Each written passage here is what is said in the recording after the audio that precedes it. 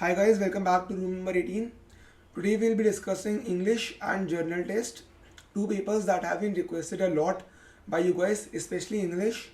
So आज verbal ability वाला part I will be covering and Pratyush will be covering the GT वाला portion for CVT. तो before we start English, सबसे पहले तो English में confusion बहुत ज़्यादा है because बाकी domains में you have your 12th का syllabus and you know what you have to prepare for CVT. और इंग्लिश में ऐसा है कि the syllabus is completely different. जो आपने 12th में किया इंग्लिश में, none of it is similar to what you will be preparing for this test, because verbal ability का टेस्ट है, it's not your English literature का एग्जाम जो आपने 12th में पढ़ा और सेम पेपर आ जाएगा. तो बहुत बच्चों को यही श्योर नहीं होता कि सिलेबस क्या है. So today will be covering the entire portion. मैंने पर्सनली और इवन प्रत्युष ने भी, हम दोनों ने कोचिंग ली थी for GT and English both. So will tell you what we learn from our experiences, क्या क्या सिलेबस होता है, क्या क्या क्वेश्चन आते हैं, how we prepare for it, how you need to prepare for it better. So just be assured, English is a very very easy paper. और अगर आप ठीक से प्रिपेयर करो, you know what to do, तो it's very easy to score, very easy to ace the exam. मेरे खुद 100% आए थे. Most of the people I know got 100%. और even G T is not that difficult once you know what's going around. आपको क्या पढ़ना है, कैसे प्रिपेयर करोगे, it's not a difficult exam at all. Both me and Pratyush got into Sukhdev as well. तो paper बिल्कुल मुश्किल नहीं होता है और it's very easy. So if you are aiming for BMS, you are aiming for BFI, Sukhdev जाना है, तो फिर मतलब you need to prepare well for this papers. आसान है but you need to prepare well. आप थोड़ा टेंशन दोगे तो obviously you will score well, no doubt about that. So let's start with the syllabus. सबसे पहले इंग्लिश का, as I already told, compulsory है for every single course. So let's just go through it एक बार. The first chapter or whatever you call it is parts of sentences. जो भी coaching आप लोगे उसमें आपको पढ़ाएंगे parts of coaching, parts of sentences. So the first part of a sentence is adverb है, nouns, pronouns, adjectives, verbs, preposition, conjunctions and interjections. ये सारे होते हैं parts of a sentence. So you need to be thorough with them. Like you need to know what the difference between an adverb and an adjective is. आप इनकी assignment solve करो, आपको net पे 1000 तरह के असाइनमेंट मिल जाएंगे, 100 तरह के क्वेश्चन मिल जाएंगे about all of these topics, because these are like very basic topics. आपने 7th क्लास, 8th क्लास, 6 में सब कुछ कर रखा है ऑलरेडी. ग्रामर की इंग्लिश जो बुक्स होती थी हमारी, सब कुछ ऑलरेडी किया हुआ है. You are just revising it because अभी सीनियर सेकेंडरी स्कूल और हाई स्कूल के अंदर आके इस पर इतना फोकस नहीं होता. So every one just loses contact with all of this. तो एक बार बस रिवाइज ही करना है. You already know what all of this is, सिर्फ लैंग्वेज का है. तो आप बस इनकी असाइनमेंट सॉल्व करो और बहुत आसानी से हो जाएगा. फिर इन द टाइप क्वेश्चन आते हैं और मैच द फॉलोइंग क्वेश्चन आते हैं और बिल्कुल डिफिकल्ट नहीं होता. So that's it. उसके बाद the second topic is subject verb agreement. Subject verb agreement is basically the grammatical rule that the verb और verb in the sentence must match the person, number and gender of the subject. Like when we use a singular subject in our sentence, जैसे कि हम मान लो ही use कर रहे हैं, he is a singular pronoun और हमें सेंटेंस में यूज करना है we have a singular pronoun he and we have a verb eat. तो अगर हम सेंटेंस में यूज करेंगे तो we'll say he eats, because he is a singular pronoun and eats is a plural verb. तो subject verb agreement is basically this, that you always use a plural verb with a singular noun and vice versa. जैसे अगर हम plural subject use करेंगे, like we have they, तो they के साथ we never use eats, we always say they eat. So this is basically how it works. Subject और verb में आपका अग्रीमेंट होना चाहिए so that the sentence make sense. तो this is a very common topic और हम already use करते ही हैं. Like whenever you speak a sentence you are already using subject verb agreement. So इसकी भी अगेन नेट पे काफ़ी असाइनमेंट्स हैं, प्रैक्टिस क्वेश्चन हैं, सैम्पल पेपर्स में मिल जाता है. A lot of question to attempt basically. और personally I would recommend if you are not opting for a coaching, क्योंकि अगर आप कोचिंग लोगे तो उसमें already they will provide you with books and all, grammar के लिए, वर्बल एबिलिटी के लिए. But if you are not opting for a coaching and you are planning to attempt this paper on your own, YouTube वगैरह से देख के, then I would suggest कि आप प्रैक्टिस क्वेश्चन के लिए एक बुक खरीद लो, अ रेफरेंस बुक और समथिंग. मैंने खुद रेनन मार्टिन यूज़ करी थी, उसमें I found lots of helpful question, तो इट वॉज गुड. थोड़ा सा उसमें एडवांस लेवल का होता है but it's good. Like if you are attempting Wren Martin की क्वेश्चंस, जो उनकी एक्सरसाइजेज है, जो उनके क्वेश्चंस हैं, then you will find the CVT level के questions to be very easy. मतलब आप ऑलरेडी एक एडवांस लेवल से नीचे लेवल पे आओगे, तो इट वुड बी ईजियर। तो मुझे हेल्पफुल लगी थी book, and if you want you can buy. और अगर आपको टॉपिक्स वगैरह करने हैं तो आई वुड सजेस्ट अड्डा 24/7 का जो यूट्यूब चैनल है उस पर दे प्रोवाइड गुड कंटेंट। जो उनका प्रीमियम है वो मैं like I am not telling you to buy the premium version और समथिंग, बट जो उनका फ्री कंटेंट है यूट्यूब पे that is good. They have explain the topics well, और वो भी कुछ क्वेश्चन अटेम्प्ट वगैरह करते हैं इन देयर वीडियोस, वर्कशीट्स वगैरह। तो इट्स गुड, मतलब आप सब्जेक्ट से फेमिलियर हो जाते हो, तो that's helpful. The next topic is parallelism. Parallelism is a very important topic from the point of view of your paper because काफ़ी सारे क्वेश्चन आते हैं and it is a topic that you haven't studied before. Most of us haven't. मैंने खुद नहीं पढ़ा हुआ था क्योंकि स्कूल लेवल पे हमें नहीं सिखाते. And it basically means that the words and phrases that you are using in a series should be in the same form. नीचे हमने काफ़ी सारे एग्जाम्पल्स दिए हुए हैं डिस्क्रिप्शन में, और तो रिसोर्सेज भी हैं, you can have a look.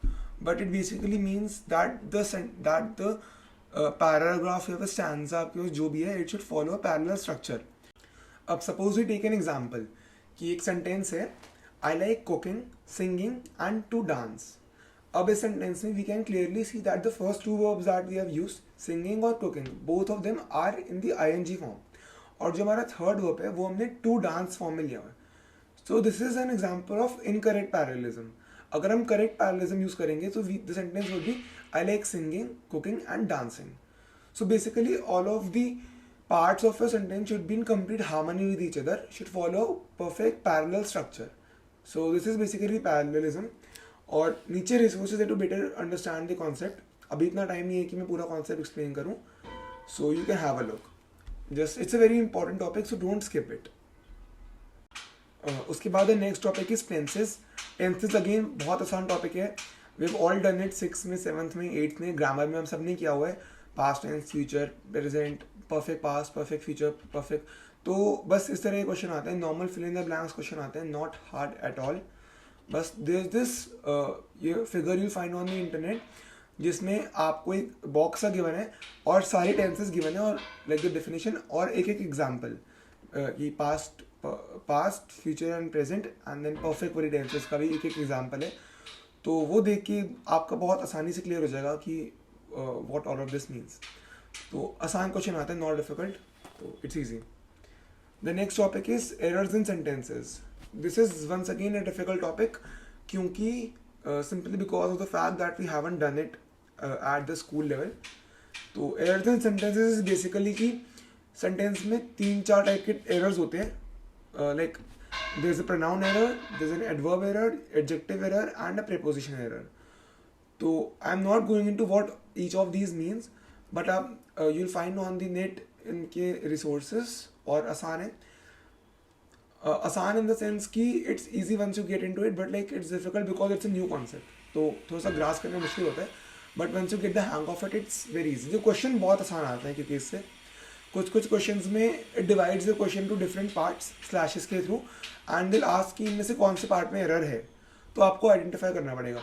Usually इतना मुश्किल नहीं आता कि वो पूछेंगे कौन सा एरर है, लाइक दिल नॉट आस्क कि इनमें से बताओ कि किस में एरर है एंड कौन सा एरर है.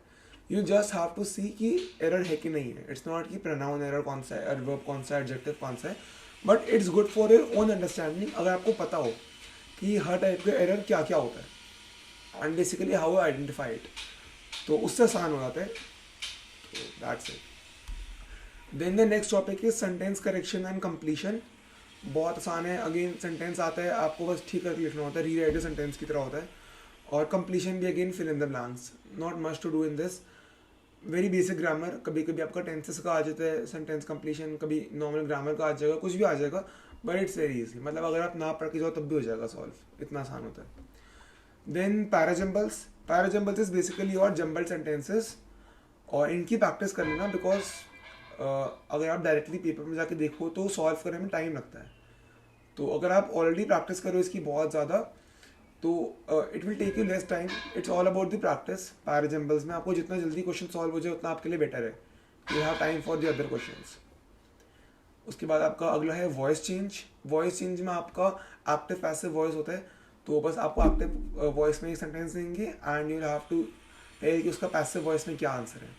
और vice versa. Again because it's an MCQ paper तो बहुत आसान है, बिकॉज आपको पढ़ के ही चल जाएगा पता कि इनमें से कौन सा करेक्ट है कौन सा इनकरेक्ट है। बट फिर भी you should have a general idea of active voice and passive voice. Then the next topic is narration change, which means indirect speech and direct speech. इसका भी अगेन ऐसी क्वेश्चन आता है, डायरेक्ट स्पीच का question आएगा और आपको indirect बताना होगा कि out of these 4 parts which of them is the correct indirect speech. तो बहुत आसान है, but again you should have a general idea of what indirect speech is, what direct speech is और कैसे करना है। That's it.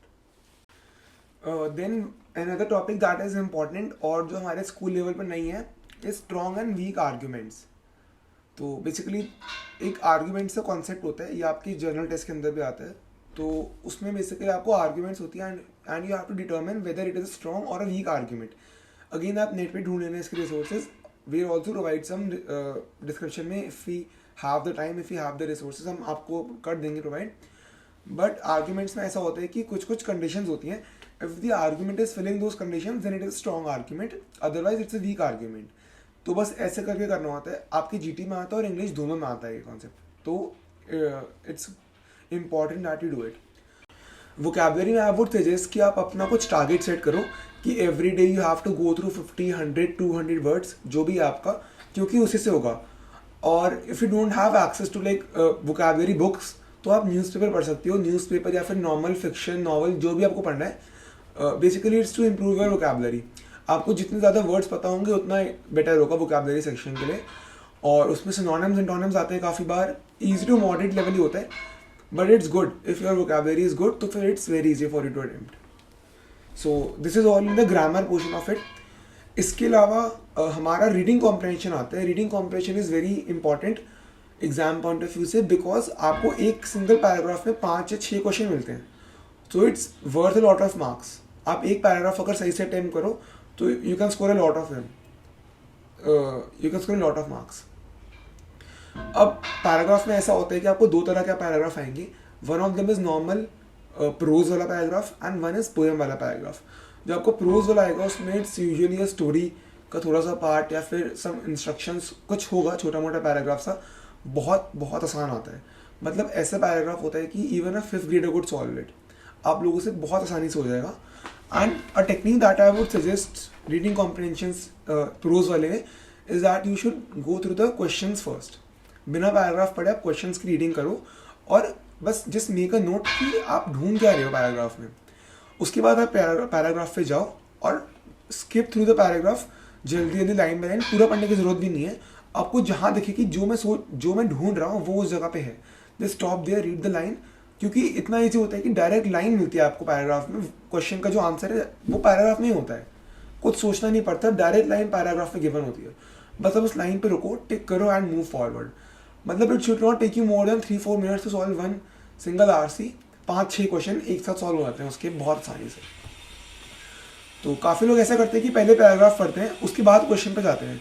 अब इसमें होता क्या है कि अगर आप पहले पैराग्राफ पढ़ोगे फिर आप क्वेश्चन पढ़ोगे तो तब तक आप पैराग्राफ भूल जाते हो। Like if you go through the para then you read a question, तो आपको उसका आंसर ढूंढने के लिए फिर से जाना पड़ता है पैराग्राफ पे, इंस्टेंटली क्लिक नहीं होता वो क्वेश्चन, तो उस पर टाइम वेस्ट बहुत होता है। तो आई वुड सजेस्ट कि एफिशिएंसी के लिए just go through the questions first. उसके बाद जो सेकंड टाइप की आरसी होती है, दिस इज द पोएम। ये कभी कभार मुश्किल आती है। लास्ट टाइम भी कुछ पेपर्स के अंदर the poem RC was very difficult, काफ़ी हाई लेवल की आती है, और मेरे खुद की पेपर में मुश्किल आरसी आई थी पोएम की। तो आई वुड सजेस्ट कि अगर आपको पोएम्स में दिक्कत है तो आप उसको अटेम्प्ट मत करो। या फिर ऐसा होता है कभी कभार कि अगर 5 क्वेश्चन है आरसी में से, पोएम वाली में से, तो उनमें से 2 या फिर 3 आसान होते हैं और 2 क्वेश्चन काफ़ी मुश्किल होते हैं।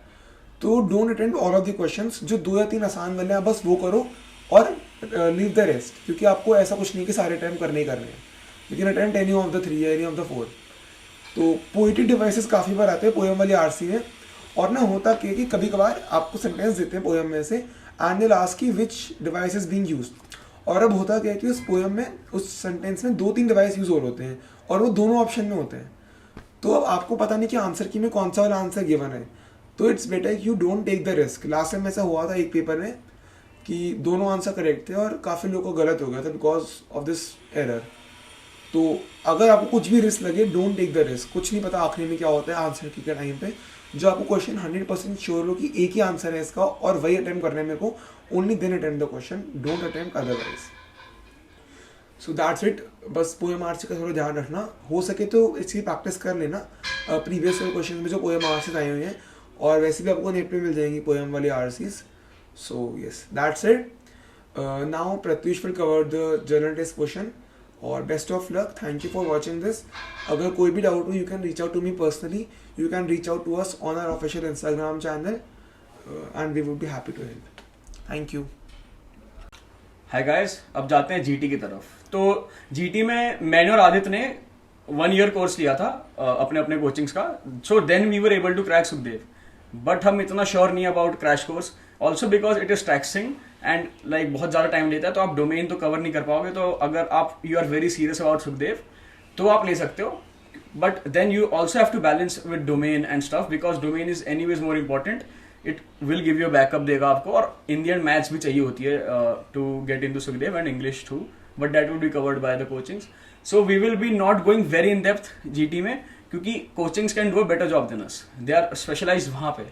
What they are not specialized in is domain, तो हमने वो कवर करा है. But anyways I will be giving you an idea, overall idea कि क्या क्या आता है, कैसे क्वेश्चन आते हैं.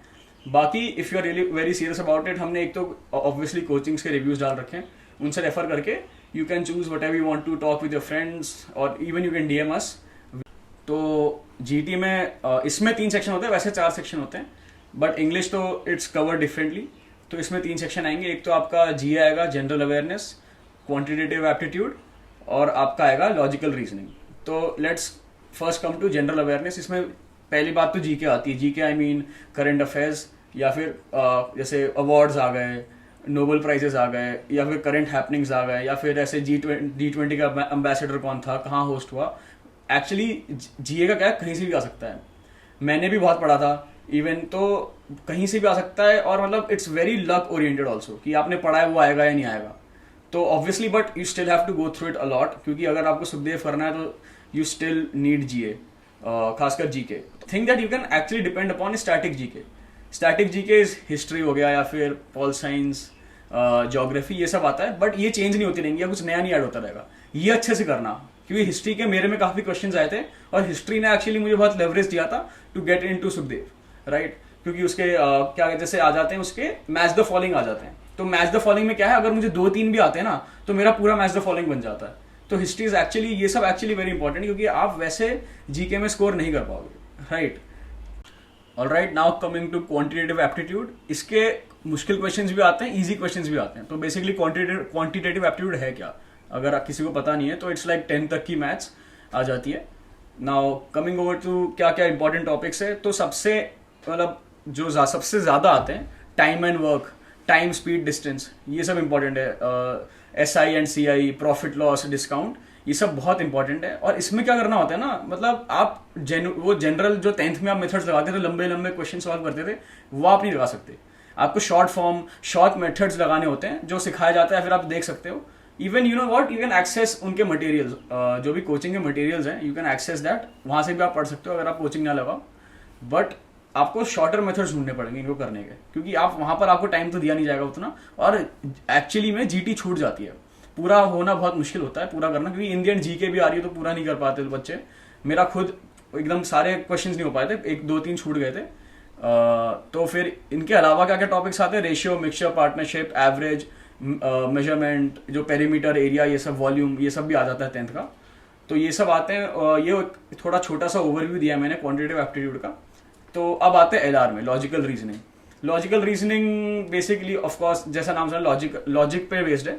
तो ये आपको सिखाया जाएगा. इसमें क्या सिखाते हैं, ब्लड रिलेशन हो गया, तो एक आपको एक बंदा दे दिया जाएगा, उसमें एक ट्रिकी सा क्वेश्चन बना देंगे, थोड़ा कंफ्यूजिंग का क्वेश्चन बना देंगे, कि इसके एक इंटरकनेक्ट करके आपको निकालना है कि रिलेशन क्या है दोनों के बीच में, कि ये इसका फादर है, ये इसका ब्रदर है, ये सब करके. तो आपको एक डायग्राम बनाना होता है इसमें बेसिकली. वो डायग्राम के थ्रू आपको पता चलता है कि इस A का B के साथ रिलेशन क्या है ना. और एक टॉपिक क्या आता है इसमें, सिलॉजिज्म आता है. तो सिलॉजिज्म क्या है, तो एक क्वेश्चन रखा होगी, all goats are animals. No animals are birds, ऐसे ऐसे दे रखे होंगे, तो वैसे कुछ सेंस से भी सॉल्व करते हैं, डिफरेंट डिफरेंट मेथड्स हैं. What I had used is मैं क्या करता था, वेन डायग्राम से सॉल्व करता था. एक वेन डायग्राम मेथड आता है, तो आप वैसे सॉल्व कर सकते हो उसको. उसके बाद और एक क्या आता है, एनालॉजी आता है. एनालॉजी में क्या होता है, कॉलन दे रखा होगा बीच में वर्ड्स के या फिर लेटर्स के, नंबर्स के, आपको रिलेट करके करना पड़ेगा. जैसे एक एग्जांपल देता हूँ, सन कॉलन सनलाइट, फिर 2 कॉलन, फिर मून कॉलन क्या, तो क्या बेसिकली मून लाइट, ये आंसर है. तो इसमें आपके क्वेश्चंस बनते हैं बहुत सारे, बट ये यूजुअली इजी होता है. बट जैसे नंबर्स का आ गया, लेटर्स का आ गया, वो भी यूजुअली इजी होता है, पर कभी कभी ट्रिकी आ सकता है. फिर डायरेक्शंस बहुत इजी है, बट फिर भी कर लेना. North west, north east, north south, इन पे बेस्ड होता है कि कहाँ फेस कर रहा है बंदा, अब बंदा कहाँ फेस कर रहा है. तो ये कभी कभी ट्रिकी हो सकता है, इसके कुछ कुछ क्वेश्चन ट्रिकी आ जाते हैं. और एक आता है सीरीज कंप्लीशन. सीरीज कंप्लीशन में क्या है, नंबर्स दे दिए होंगे, तो सीरीज कुछ तो रिलेशन निकलेगा. जैसे 1 को इंटू 2 + 1, 1, 3, 5, 7 क्या दे रखा है, ऑड नंबर्स का वो है, सीरीज है. तो ऐसे ही कुछ ना कुछ वो निकल आएगा, क्या कहते हैं, पैटर्न निकल आएगा, जिससे आपको सीरीज कंप्लीट करना है. इसमें क्या आता है, pick the odd one out, pick the odd one out आ जाता है. तो pick the odd one out rather ज्यादा मुश्किल होता है दैन नॉर्मल क्वेश्चंस, क्योंकि उसमें पता नहीं चलता कि कब गलत हो रहा है, ये गलत हो रहा है या ये सही हो रहा है, या फिर ये वाला सही, वो वाला गलत. तो काफी कंफ्यूजन हो जाती है.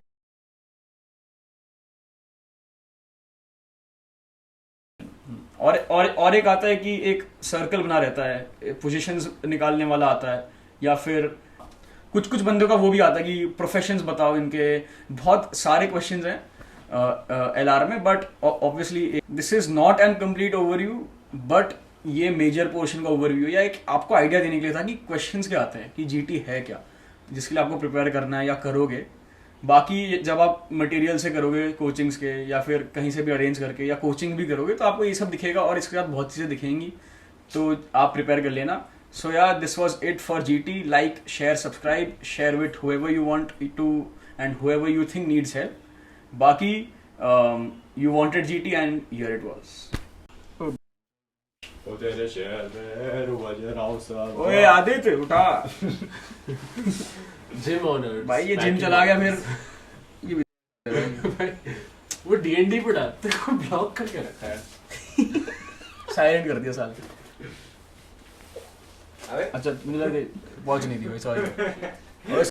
सीरियस हो जाओ. क्या हो गया, ये तूने मेरे छाती पे क्यों मार दी. फोमो दियो. फोमो पीते पीते बना रहा हूँ. अरे हाँ, that is such a- एक सेकंड